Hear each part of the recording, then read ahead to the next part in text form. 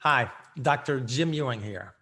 Welcome to positioning multilingual learners to be successful in math. That's right. How can we position our students? That might be a new term for you. So even if you don't teach math, stay tuned and see whether you think this is valuable for your classroom. Before we get started, though, I'd like to thank you for tuning in and also thank you for all you do for our students. I'd also like to thank Carol, Tan, and Katie for organizing this ML Summit. It's just amazing. And if you get a chance, watch other videos as well. Not only from this year, but you can do that from previous years. Before it was called the EL Summit. But we've changed the name to Multilingual Learners or Multilingual Learners Summit, ML Summit. And that's the first thing we can do to position our students to be successful. Call our students multilingual learners. And you might say, well, what's the difference? Let me explain through an analogy. Are you right-handed or left-handed? Of course, most of us would be right-handed. About 90 to 92% of the population are actually right-handed. But what do you think it's like to be left-handed and live in a right-handed world? I'll ask that question to teachers at my workshops, and they'll say, Jim, it's just the little things like those spiral notebooks.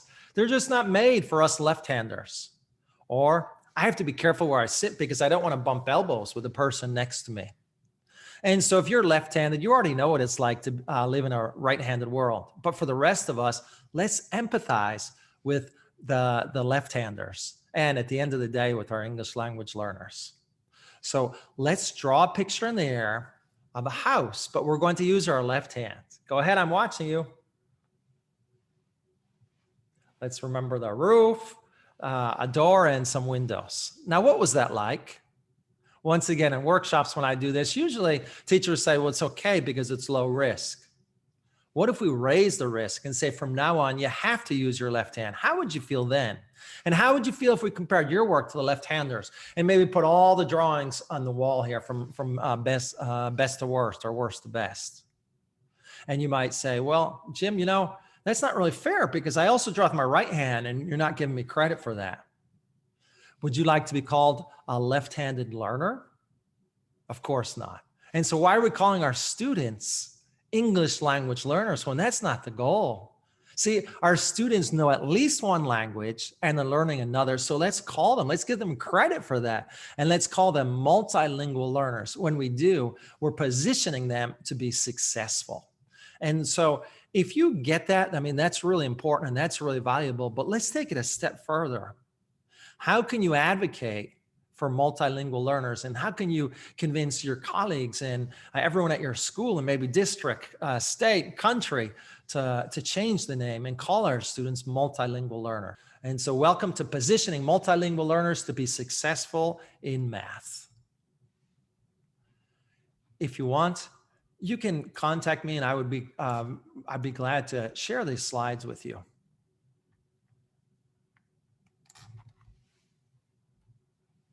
So here's a visual for you.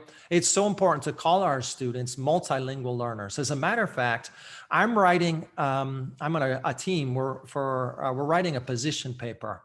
And our position in two organizations, both for NCSM and Todos, is to call our students multilingual learners. So the point is, things are starting to change. Let's stop calling our students ELLs and ELLs. Emergent bilinguals is another name. So let's do something. Does it make a difference? What's it like learning content, math or another subject in a second language? Vamos a ver. ¿Quién me puede decir la raíz cuadrada de 144? ¿Algún voluntario? Usted misma. Claro, 12, porque 12 por 12 son 144. Ok, entonces, ahora vamos a hacer esto. ¿Quién me puede decir la respuesta del número 1? ¿Algún voluntario? Bueno, yo soy flexible. Si quiere, puede explicar número 2 o 3. Y número 4, ¿qué está pasando con número 4? How did you feel? I'm going to keep it short because I want you to watch this video. I don't want you to be upset and stop watching. My students, I'm a professor, my students have to listen to me teach lessons like this for 20 or 25 minutes, but I'm doing it so once again, you can empathize with some students that learn content in the second language. So how did you feel when I taught you in Spanish? And more importantly, how could I have taught you better? So let's position our students to be successful. This is a book I used, and I actually used the term ELLs, but then in the first page, I said that that's deficit language. And so here's some strategies, if you will, for how to meet the needs of multilingual learners in math. The first one we already talked about is to call our students multilingual learners. I've seen two abbreviations. We can say MLs or MLLs. But also we want to advocate for our students, not just learn that information ourselves, but advocate and share this and make a change. So our multilingual students are positioned. How did you feel when I was speaking to you in Spanish? Were you able to solve the problems? You know, you might have even understood me, but not understood the algorithm. And the point here is there's this myth that math is math, but you can see that that's not true. And so we need to provide our students with access, but I'm going to take it further than that. We need to provide our students with authentic access. What was I asking, by the way? I was asking you to divide. This is how they divide in Spain and most countries in South America. And so, which is right, this way or the way you learned? It's a trick question. There's no right or wrong. It's just different, of course. And so the first way we can position our students is to call our students multilingual learners. The second way is to have access, but authentic access. And the litmus test to see whether our access is authentic, let's ask ourselves if our students visualize themselves in our curriculum. What are the students visualizing as we give them math, right? If we give them questions like this, well, what are they visualizing? We need to give our students authentic access. Visuals are not enough. This is a visual, and yet I didn't provide you authentic access. We need to provide our students the opportunities to visualize themselves in our math problems, in the books that we read to our students. And so if you will follow me on YouTube, I'm making some videos. And once again, one way for you to share with your colleagues is to share this video. It's a short video and I talk about some of these things. If you can't find me on YouTube because I'm just starting out, then you can find me on ewinglearning.com. If you Google math ELLs, you find that my website comes up on top. So what does authentic access look like? Well, what we want to do is have word problems, if we're talking about math, about our students. And so we have to be careful. This might be a stereotype. Maybe our students that are not eating frijoles, but 3 out of 4, 75% of multilingual learners speak Spanish at home as their first language. And so that's my area of expertise because I speak Spanish, as you heard. And so this is what we can do for a lot of students, but we have to be careful. We have to get to know our students, not necessarily all our students. Maybe some students speak Spanish and they don't eat frijoles. But when we do this, can you see how we're positioning our students to be successful? Because I might be saying, hey, what are frijoles? All right. And someone else, maybe Juan Jose would say, well, listen, Jim, frijoles are a food I have. And the next day, Juan Jose might bring some in and frijoles and share with us. And we're positioning our multilingual learners to be successful. That's the idea, through authentic access. It's not enough just to change the name. Instead of saying, for example, Jim went to the mall, he's got $200. How many pairs of jeans could he buy? Well, we're changing the whole problem and making the access authentic. Yes, we still need to use sentence stems. We need to have visuals, but we want our students to visualize themselves with authentic access. Here's another example. Here we've used the word panqueque. What do you think panqueque means? Sure, pancake, because it's a cognate. And notice that instead of using syrup, we use jam.